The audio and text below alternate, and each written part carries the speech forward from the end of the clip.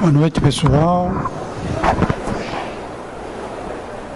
Eu vou falar tudo de novo porque tem nos recebido muita gente nova. Isso é muito bom, tá? Então as pessoas vêm procurando a casa espírita. O que é o espiritismo? Espiritismo, Allan Kardec nem existia. Ele se chamava Hippolyte Léon Denis Rivaio.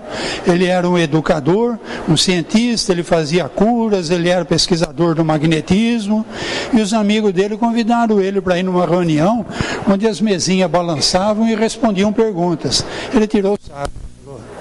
Se você não me provar que mesa tem cérebro e sistema nervoso central, jamais eu vou acreditar nisso. Mas as pessoas que estavam convidando ele eram pessoas sérias, pessoa que ele já tinha mais de 30 anos de pesquisa na parte de magnetismo, tá? Magnetismo é uma ciência desenvolvida por Mesmer, mas essa ciência aí não foi desdenhada pela ciência que nós temos hoje, tá? Assim como a homeopatia. Por quê? Porque isso não dá lucro, pô. Você vai curar a pessoa impondo a mão? Quem que ganha com isso, tá? Então, foi tratado como crendice, como bobagem. A homeopatia parece que tem especialistas, tem pesquisa, o pessoal está vendo que funciona. Mas o magnetismo é uma ciência que está ainda no arquivo esperando o cientista pesquisar isso daí, tá?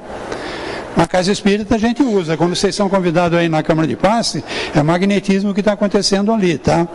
E cura.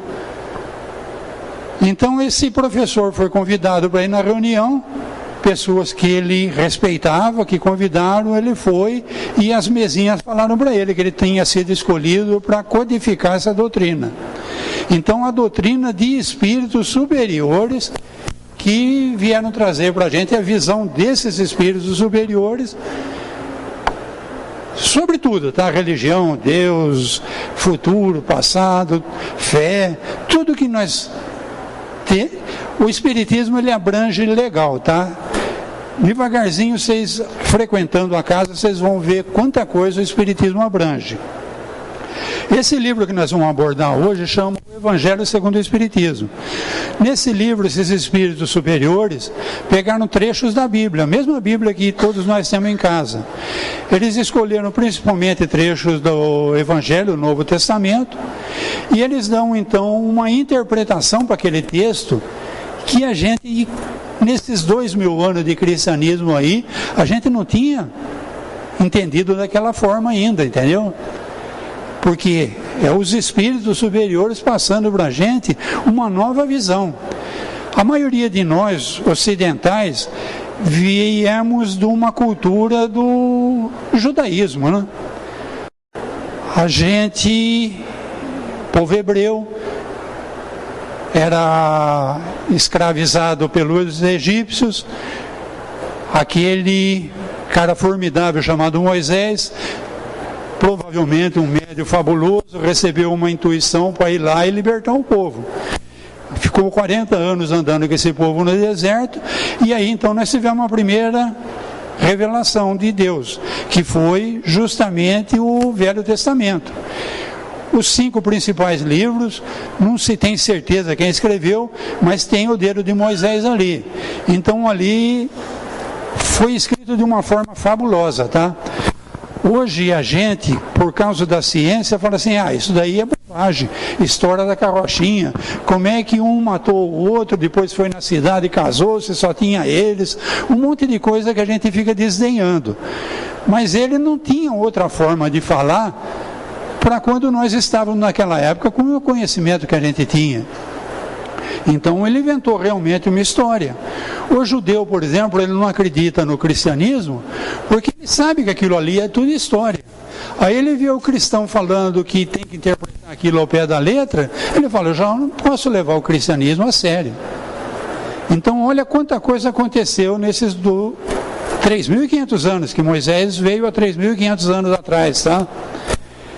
E essa parte religiosa aí virou uma coisa relegada, tá? Nós cuidamos da ciência. Depois da Revolução Francesa, Tudo era comandado pela igreja. A igreja que coroava os papas na Europa. Até que o Napoleão arrancou a coroa da mão de um papa lá e pôs na cabeça dele. Aquilo foi simbólico, entendeu? E aquilo realmente era o mundo científico se desgrudando da igreja, que era necessário, eles controlavam tudo. Só que desgrudou demais. Hoje em dia o nosso povo ficou muito materialista, tá? Hoje em dia, dentro da universidade, você não pode mais falar em religião. Se você está discutindo filosofia na universidade e você entrar para parte da filosofia com sentido religioso, você é desdenhado pelos que estão na universidade. Foi necessário isso para se desvincular. Então, magnetismo, filosofia, religião, o nosso cientista tem que voltar os olhos, tá? E foi pensando nisso que esses espíritos então trouxeram trechos da Bíblia com a interpretação deles para chamar nossa atenção. Hoje nós vamos discutir o capítulo 15 do Evangelho segundo o Espiritismo. Fora da caridade não há salvação. Duas coisas têm que ser definidas aí, para a gente continuar a conversar. Caridade. Vamos definir caridade. Vou contar duas historinhas para vocês. Eu estava indo na rua, sentido da praça, sem o carro, eu vi na calçada que vinha um cara mal vestido, mal encarado. Falei, sobrou para mim. E ele estende a mão e me pede uma ajuda. Eu enfio a mão no bolso, tiro uma nota de pequeno valor, dou para ele, continuo minha caminhada. Fim da primeira história. Segunda historinha, eu estou na mesma calçada, no outro lado da rua, eu vejo uma pessoa humilde, mal vestida, pobre, eu vejo que ele está com alguma necessidade, mas ele é tão humilde que ele nem me pede nada não. Só que eu atravesso a rua e vou lá conversar com ele. Dou o ombro ao amigo, escuto ele, vejo quais as necessidades dele. Muitas vezes ele não está nem precisando de uma notinha, de um dinheirinho, tá? Muitas vezes ele está precisando só desabafar, conversar, ouvir algum conselho. Olha, eu sigo uma doutrina que fala isso, que fala aquilo. Tenha confiança, Deus está no comando, tudo vai dar certo. Às vezes era isso que ele precisava. O Bezerra de Menezes fez isso com uma pessoa, ele bateu a mão no bolso, ele não tinha um tostão.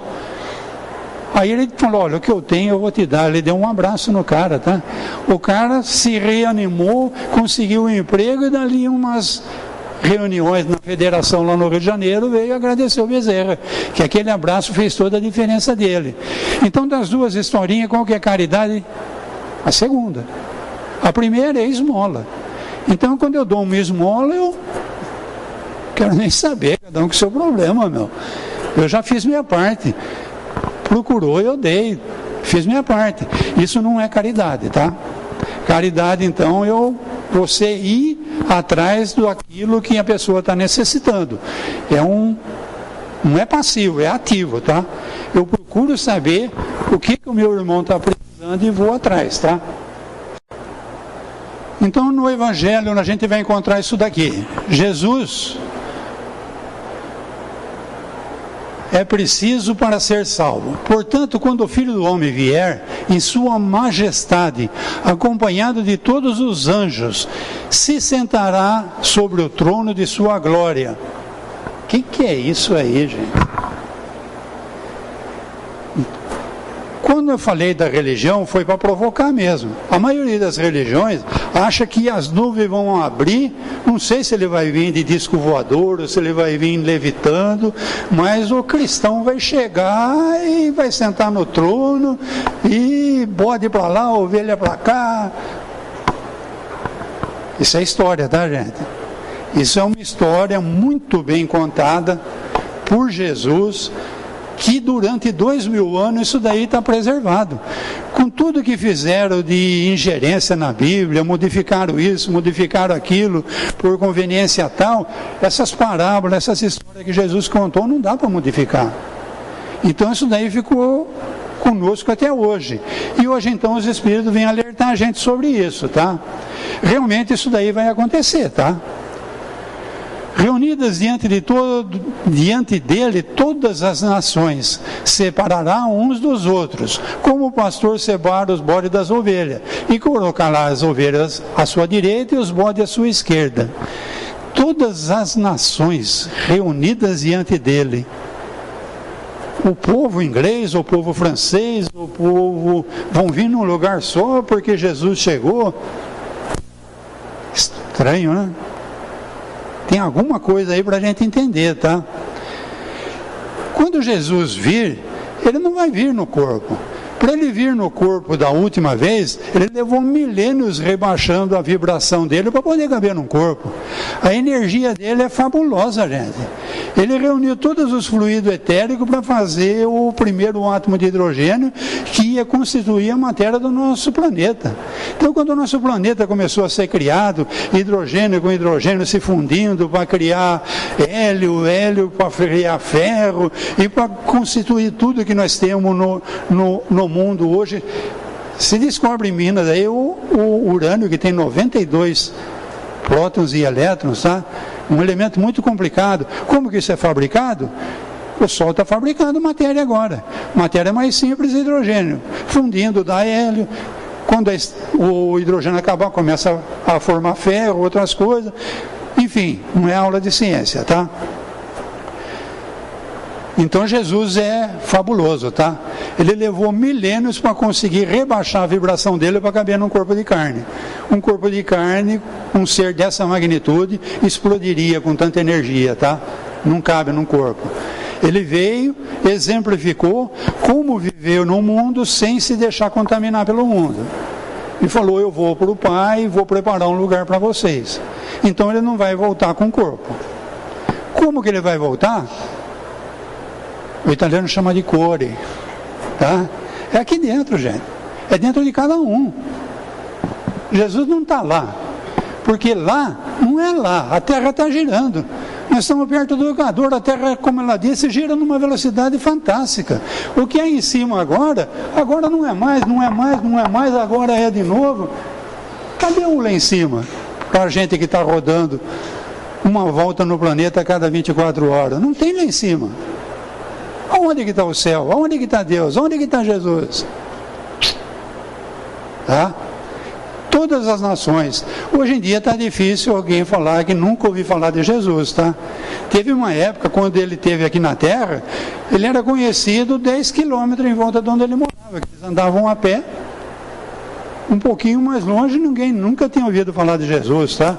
Chegou uma notícia lá em Roma pegou um senador lá, o Públio Lentulus, falou, vai lá ver o que está acontecendo lá, que tem um cara lá que está agitando a massa, né? E esse Públio Lentulus escreveu uma carta, tá no livro, há 2000 anos, a carta descrevendo Jesus, tá? Cor de cabelo, fisionomia dele, recomendo vocês lerem, tá? Desculpa os parênteses, tá? Eu lido com livro, eu tenho livraria e eu sou apaixonado por isso, tá? Bom, vamos continuar lá então. Então, essa vinda de Jesus vai ser no nosso coração.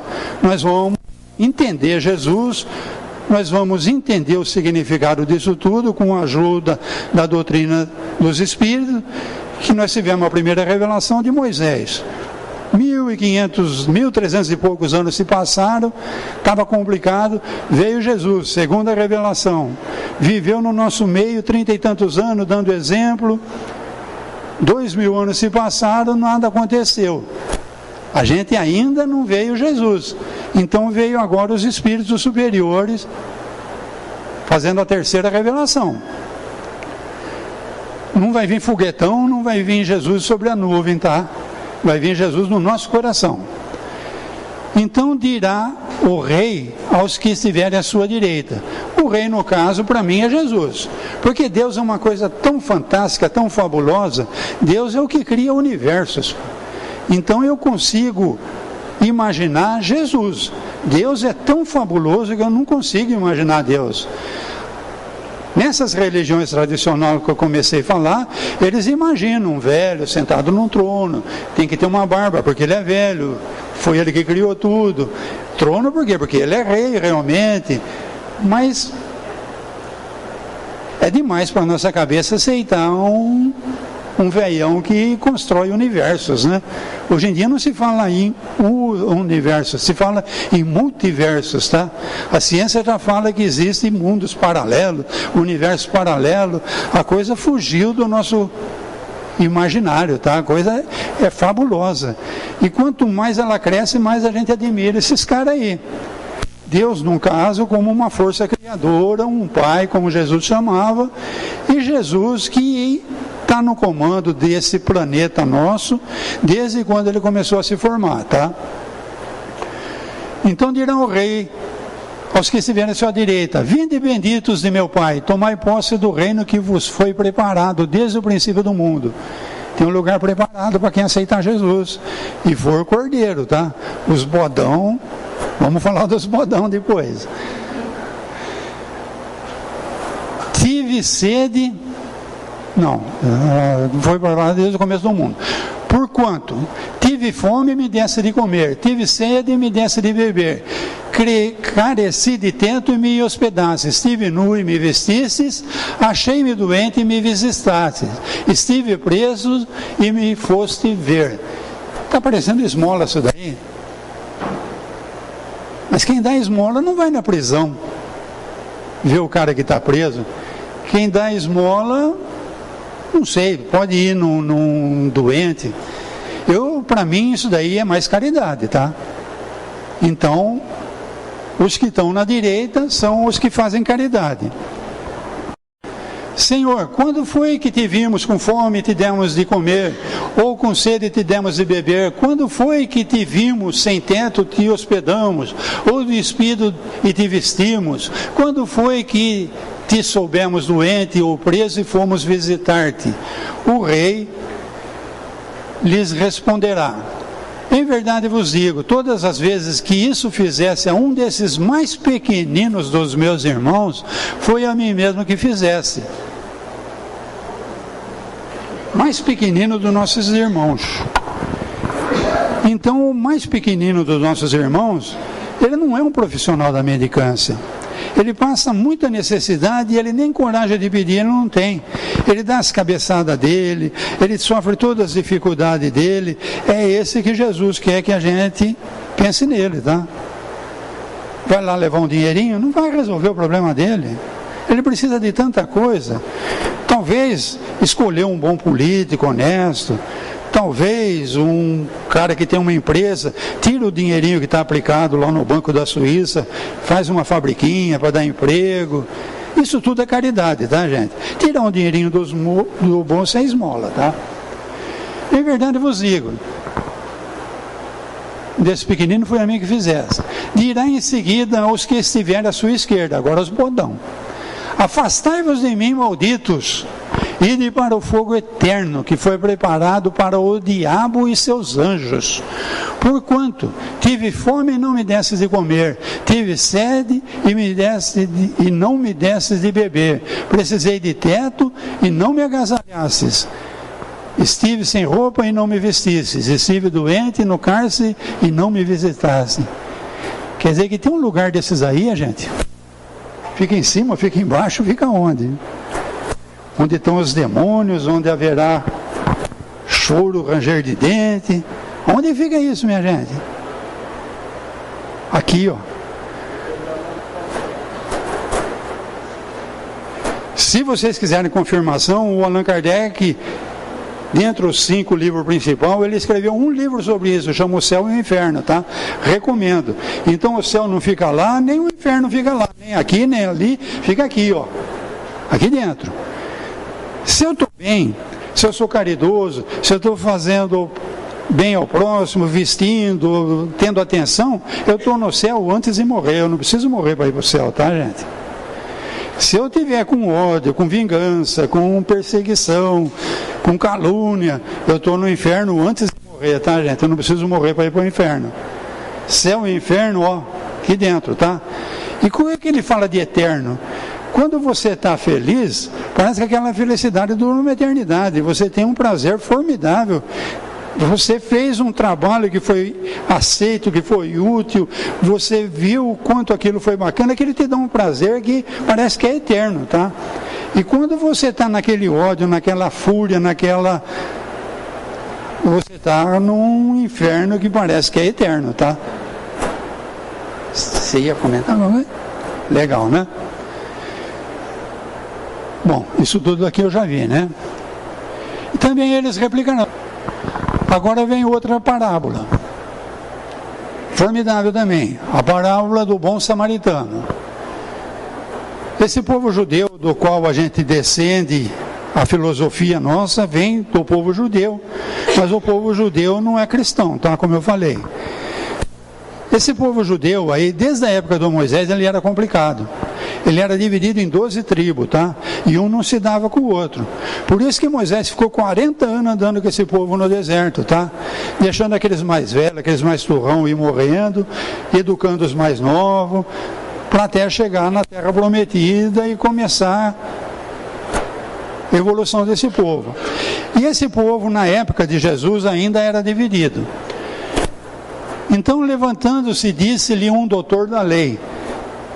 No povo judeu tinha o cara que se especializava em interpretar os textos da Torá, dos 5 livros do Moisés. Esse povo era conhecido como doutores da lei. Eles realmente conheciam muito, mas eles interpretavam atendendo às conveniências deles, tá? E Jesus não pegava leve com eles não, tá? Vocês vão ver uma passagem no Evangelho que Jesus chama esses doutores da lei de túmulo caiado, tá? Branquinho por fora e cheio de podridão lá dentro, tá? Bom, levantando-se um doutor da lei para o tentar, eles estavam tentando pegar Jesus no contrapé, tá? Jesus estava incomodando. Essa filosofia de Jesus, essas parábolas, essas coisas, está mexendo com a cabeça do povo. O povo judeu está perdendo o controle. Aquele povo que eles dominavam com rédea curta, com medo, estão começando a questionar. Eles estavam tentando Jesus. Mestre, o que preciso fazer para possuir a vida eterna? Respondeu-lhe Jesus: que é que está escrito na lei? Que é que lês nela? São 2 perguntas, tá? Então Jesus sabe que esses caras conhecem o que está escrito na lei, é os 5 livros de Moisés. E Jesus sabe que cada um interpreta de um jeito. Então Jesus perguntou para esse doutor da lei o que é necessário, o que está na Torá e como que ele interpreta isso daí que está na Torá. Então o doutor da lei respondeu: amarás o Senhor teu Deus de todo o coração e de toda a tua alma, com toda a tua força e de todo o teu espírito, e ao teu próximo como a ti mesmo. Bacana, né? Quem faz isso aí realmente cumpriu, tá? Então a resposta foi formidável, tá tudo bem. Disse-lhe Jesus: respondesse muito bem, faze isso e viverás a vida eterna. De novo a palavra eterna, tá? Foi falado na parte da fé aí de vida, de medo, a vida vai acabar. Gente, a vida é uma só existe uma vida. Ela começou no átomo que eu falei lá, reuniu aquele monte de energia e formou o átomo de hidrogênio, ali começou a vida. Só que ali é uma vida mineral. Essa vida foi evoluindo, chegou uma hora que os arquitetos, no caso com Jesus no comando, está na hora de vir a vida orgânica para a Terra. Então veio um fluido de fora da Terra, não existia esse fluido na Terra, esse fluido entrou no planeta. O livro A Caminho da Luz, o Emmanuel chama de protoplasma. É um plasma que é o início da vida, tá? Então esse protoplasma se depositou no fundo dos lagos, dos oceanos e transformou a química mineral numa química orgânica. Quem estudou química vai ver que a química mineral tem umas regras, uma coisa determinada. E a química orgânica ela é muito complexa. Se você pegar carbono e hidrogênio, você forma elementos muito complicados. Porque aquilo forma cadeias, aquilo... Bom, não é aula de química. A química orgânica, então, propiciou o início da vida orgânica. Como que a vida orgânica começou? No ser unicelular. Então, a primeira vida orgânica era uma célula só, tá? Ela se alimentava, excretava, dividia em dois, formava duas células iguaizinhas. Até que foram passando milênios aí, tá? Essas seres unicelulares absorveram o ferro. Aí já começou a ter sexo. Aí já começou a diversificar a vida, porque não era mais uma célula se dividir em dois. Era dois seres pelo sexo. Então aí nós temos essa diversidade de vida, tá? Só que eu estou falando de diversidade de vida que um dia resolveu sair da água, rastejou e virou florestas imensas, que a floresta que a gente tinha, que hoje é petróleo, eram formidáveis, porque a atmosfera do planeta era outro, tinha carbono em abundância, tinha tudo que era propício para aquilo e tinha os dinossauros. Só não tinha homem, tá? Quando teve os dinossauros na Terra, o homem não existia, tá? Até que um dia esses arquitetos do universo acharam que tá bom agora para ter humanidade na Terra, tá? Então, qual a diferença entre esses animais complexos? Por exemplo, um golfinho, a gente vê que ele é muito inteligente, mas ele não é homem. Mas o golfinho está próximo de ser homem? Não. Golfinho sempre vai ser golfinho, porque golfinho ele tem um princípio vital. Esse princípio vital está num todo do princípio vital dos golfinhos. Quando o golfinho morre, o princípio vital dele volta para o princípio vital dos golfinhos. O cachorrinho que nós temos no nosso lar, que é tão inteligente, ele tirou o princípio vital do todo onde está os princípios vitais dos cachorros. Veio, se individualizou aqui, aprendeu, teve experiência, volta para aquele todo. Não é indivíduo ainda. Essa é a grande diferença do... Para vocês entenderem, eu tenho um copo d'água. Eu tiro uma gota de água daquele copo e salgo ela. Aí eu volto aquela gota para o copo. O copo mudou? Mudou. A água do copo ficou um pouquinho mais salgada. Mas ela não ficou salgada como a gota. Agora o homem ele já é indivíduo. Então todo esse processo aí, todo esse reino animal, vegetal, mineral, o espírito está pronto para ser homem. Então agora ele se individualiza. Ele é indivíduo. Se ele salgou, ele está salgado. Ele não volta para o todo, ele é indivíduo, tá? Se ele ficou docinho, ele não volta para o todo, ele vai continuar sendo docinho, tá? Então é a grande diferença do animal pro homem, tá? Está perto de ser? Não. Ele está perto de adquirir experiências, o todo dos cachorros, dos animais está crescendo. Um dia, esse princípio vai se individualizar e vai ser espírito, tá? É o que nós somos. O céu está aqui dentro, o inferno está aqui dentro. Salvar de uma prisão? Pode ser. Onde está essa prisão? Aqui dentro. Salvar de uma doença? Pode ser. Onde está essa doença? Aqui dentro. Salvar de uma injustiça? Pode ser. Onde que está? Aqui dentro. Salvar de um... Tudo está aqui dentro, tá, gente? Então, fora da caridade não há salvação.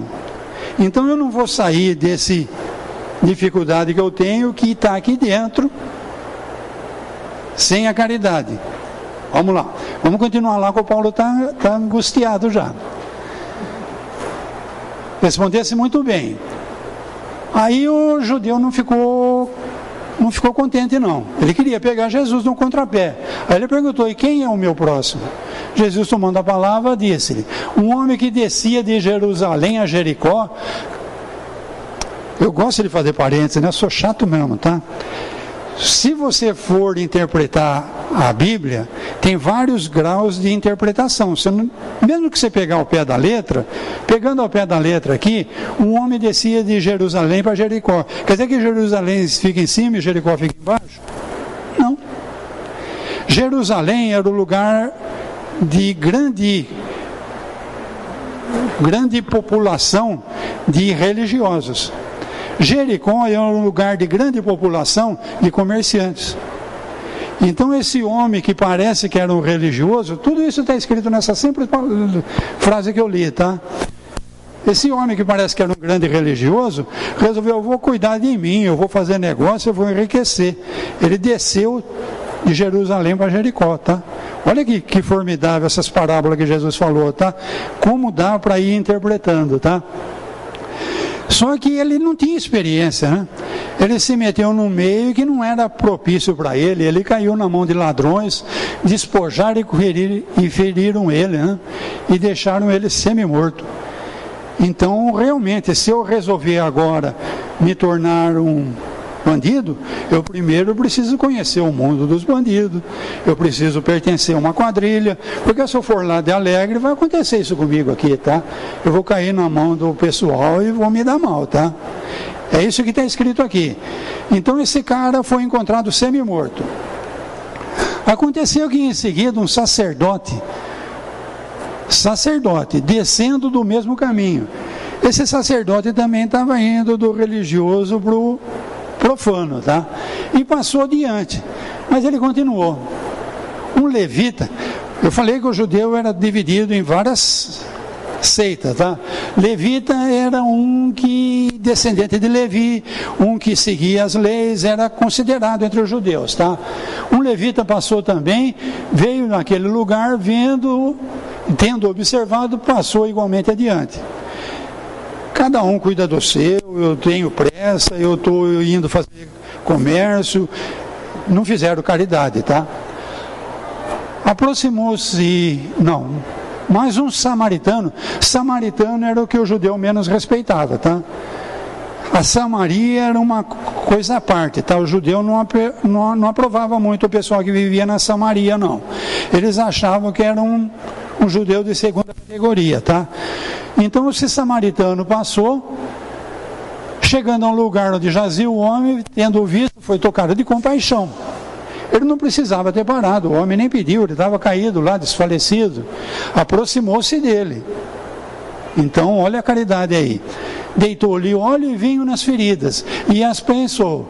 Depois, pondo o seu cavalo, levou uma hospedaria e cuidou dele. No dia seguinte, tirou 2 denários, deu ao hospedeiro, dizendo: trata muito bem desse homem, e tudo o que despenderes a mais, eu te pagarei quando eu regressar. Isso é caridade, tá, gente? Ele não precisava fazer isso. Ele podia ter continuado a vida dele, como os outros dois fizeram. O sacerdote fez, o levita fez, mas ele tinha caridade. Então essa é a história que Jesus contou para exemplificar para o judeu lá, para o doutor da lei, quem é o teu próximo, tá? O teu próximo é aquele que mesmo sem precisar parar, interrompe a viagem e vem ver o que você está precisando, tá? Bom, aqui ele fala então que o levita da tribo hebraica, o samaritano, vamos lá. O que diz então os Espíritos sobre isso que nós lemos? Isso que nós lemos está na Bíblia. Foi lido trechos da Bíblia. Toda a moral de Jesus se resume na caridade e na humildade. O que tem a ver uma coisa com a outra? Aquele cara que mora no condomínio, anda de carro blindado, segurança está atrás, armado, ele está pouco se lixando se o que caiu está precisando dele ou não, tá? Então ele não é humilde. Vocês vão ver que em qualquer trecho do Evangelho que vocês forem ler, vai estar falando de humildade, tá? Caridade é quem é humilde, quem enxerga o outro, enxerga a necessidade do outro. Se eu não tiver humildade, jamais eu vou ser caridoso. Ele aponta essas duas virtudes como duas por quê? Egoísmo e orgulho. Não, caridade e humildade é o contrário do egoísmo e do orgulho. Em todos os seus ensinos. Ele aponta essas duas virtudes como as que conduzem o homem à eterna felicidade. Eu nunca mais vou ser infeliz enquanto eu estiver sendo caridoso, não. Aquilo vai ser uma eternidade para mim. O dia que eu deixar de ser caridoso, ser humilde, eu saio da eternidade, tá, gente? Então essa eternidade é relativa, tá? Enquanto eu me manter nesses ensinamentos de Jesus, com humildade, com atenção ao próximo, eu vou estar bem, tá? Bem-aventurados os pobres de espírito.